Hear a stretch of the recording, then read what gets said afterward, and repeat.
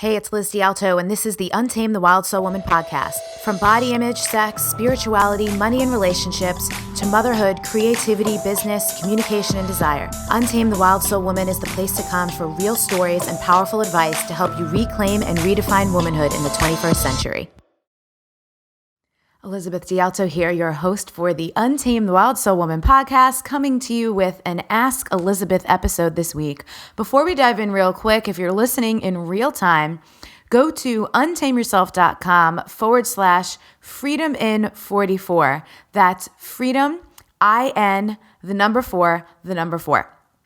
Over the course of the years, I've had several people actually, request some kind of a program that's like guided meditation based only, where they could get some of the experience of the Wild Soul Movement virtual program, but without all the extra things like the journal, the Google group, the Q&A calls. Really, it's been a request for people who want to come more deep into my work, but not go all the way deep and take the big dive all the way in just yet. Also, that request comes from people who are looking for something a little more accessible and a little more affordable. So I had the idea on the plane back from Hawaii just the other week, and this was really easy for me to create. So I wrote 22 new healing mantras and created one guided audio meditation and one guided movement video meditation for 44 days straight. It'll all be delivered via email. So go on over to the site and check that out if that's something that sounds appealing to you. The tagline for that is befriend your mind, love your body, and upgrade your life. So all of the healing mantras revolve around one or more of those three things. So if you're someone who's wanting to befriend your mind, and whether that means just be in better relationship to your thoughts, someone who wants to love your body, which is pretty self-explanatory, or someone who wants to upgrade your life in any of the four main areas, health, wealth, relationships, or spirituality, this might be a really great place for you to start and a really great place to help you build some momentum in 2016. So again, that URL is untameyourself.com/freedomin44. Now for today's question for Ask Elizabeth. It is a great question, and within the episode, I'm also going to offer you some other resources if you want to research the topic a little bit more and go deeper into it. So make sure you check out the show notes, which will be at untameyourself.com/episode-66. So here's the question.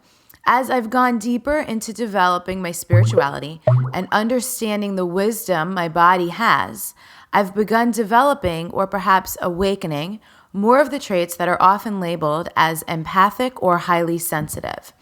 This had led me to wonder if these are traits I inherently have, or perhaps a byproduct of the work I am doing. So, is there a difference between being a highly sensitive person or empath and just being in touch with yourself and others? Either way, how do you recommend preventing drain and fatigue from feeling your own emotions and the emotions of others? Is the only answer creating shields or putting up walls, like many recommendations I've found have suggested? It's such a great question, and it's something that I've really been exploring myself since, especially since the summer of 2012, when I got my second Reiki attunement, which for those of you who don't know what Reiki is, it's a form of energy healing. So I got my second Reiki attunement, and it was almost like instantly. I was in New York City, I walked out of the building, and I already felt more sensitive to everything and everyone around me. So ever since then, I've noticed how sensitive I am. But then I've also had moments of remembering that being a little kid or being just younger at times, and actually having already had that sensitivity. So I'm with you there, and I can't give you a black or white answer on whether or not it's been inherent, it's been awakened, it's been developed, and the thing is, it actually doesn't matter, because the most important part of this question is, how do you recommend preventing drain and fatigue from feeling your own emotions and the emotions from others? So if you want to find out more about being an empath or being a highly sensitive person, one of the best resources I've found for that is a YouTube series by a virtual buddy of mine, Dr. Erin Ashley Curdy, and we'll make sure to find those links and put them in the show notes for you so you could check that out. But yeah, so how do you protect yourself, or how do you navigate feeling really sensitive or feeling other people's emotions, which in some case turns into actually taking on other people's emotions, or sometimes even processing and feeling things in your body that aren't actually yours. So here's some of the best ways that I have found to do that. Number one, it is that self-protection. It is protecting yourself, kind of putting yourself in an energetic bubble. So one of my favorite resources for that was the egg meditation that Dr. Deb Kern gave us, which was in like episode number 4 or something like that of this podcast. So we'll find the link to that episode. We'll put it in the show notes. And I think it happens just like 10 or 20 minutes in. So you can go back into that episode and find that meditation. But it's really just about grounding yourself into your own body and into the earth and into your higher self in a way, and really just imagining yourself, whether it's in a bubble or an egg of some sort of golden white light, or maybe a silvery light, more like crystal water, whatever feels most protective to you before you go into your day. And you want to do that before you go into your day, to literally imagine that other people's stuff or other people's energy, it's almost like it bounces off your energy field or slides off your energy field instead of penetrating. Another way to think about it that someone described to me once, it's almost like having a screen door where you can see out, but other people can't necessarily see in or come in unless they're invited. So yes, it's useful, I have found in my own personal practice and in helping clients with this as well, to do some kind of short meditation. It's like maybe 3 or 4 minutes in the morning to just imagine yourself in that protected space of your own so that not everything can penetrate your field. So you don't have to feel everyone else's stuff. Another great thing that I do, I don't even remember where I learned this because I think I've heard it in a few different places over the years, is when you're in an experience with someone where like you would feel sensitive or you would take on their stuff, which is usually around like intense negative emotion, right? So whether it's anger, sadness, or something dark or something hateful, a good mantra for that is yours, not mine, or even just not mine, not mine, not mine. And I feel like I've mentioned that in other podcast episodes before. Another thing which I've learned from a coach of mine. So, you know me, I've learned so many things. I have so many tools from over the years. And I've learned this in 2 different ways. So I've been taught a meditation where you imagine Archangel Michael, if archangels are something that you're into, coming in with his sword and cutting the cords of attachment between you and anyone else if you're feeling their emotions or if you're feeling or taking on their stuff.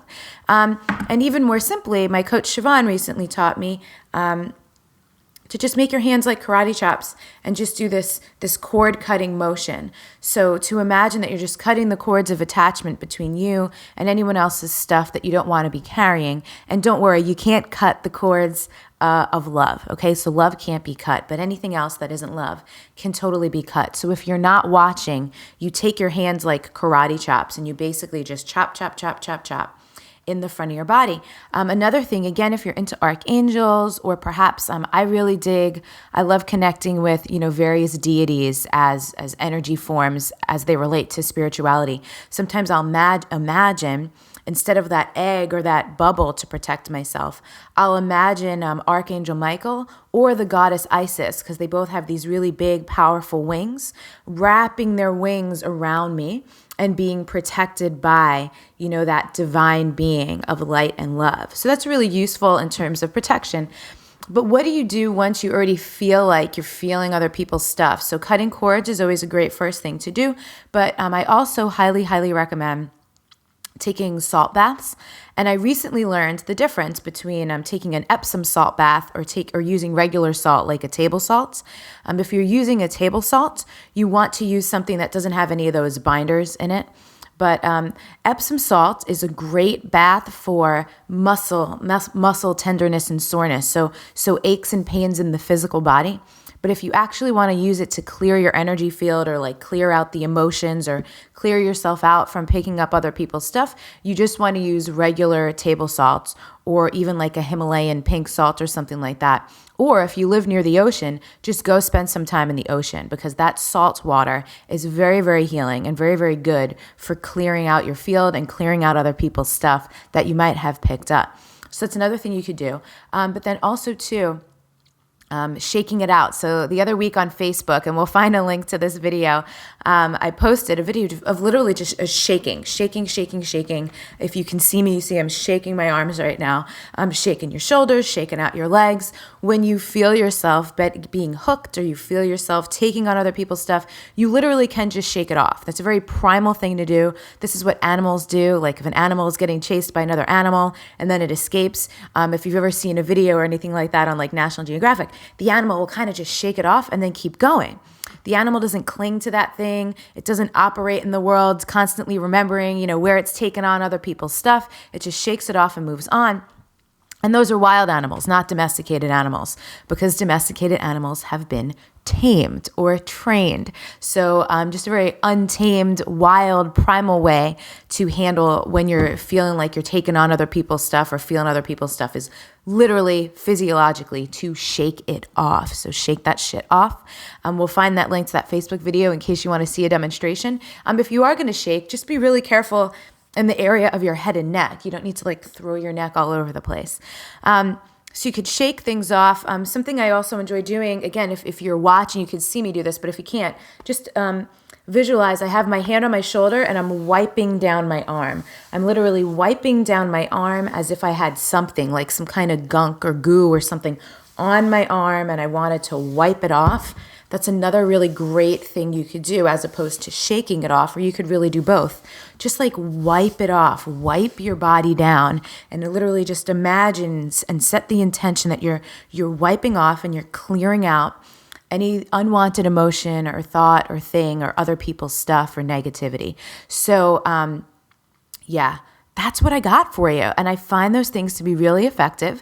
And what makes them even more effective is to be in a consistent daily practice with it. So protecting yourself in the morning before you go out into the world or out into your day.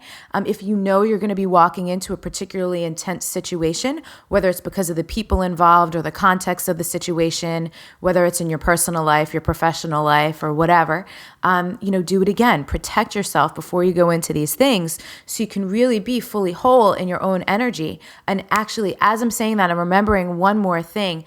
You could always just call your own power back to you. So I'm remembering something Deb said in that podcast with that egg meditation, which is, one of the reasons we protect ourselves is not just to protect ourselves from other people's stuff, but to also protect other people from our stuff. Because sometimes we're putting things out too.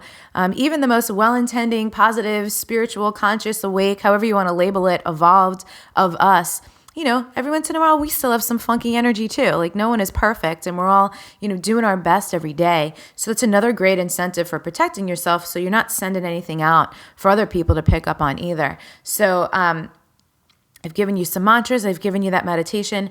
And remember, you could always call your power back to you, right? You can call your power, your love, and your energy back to you by saying something simple like, I call my power back to me now, or I call my love, I call all of my energy back to me now.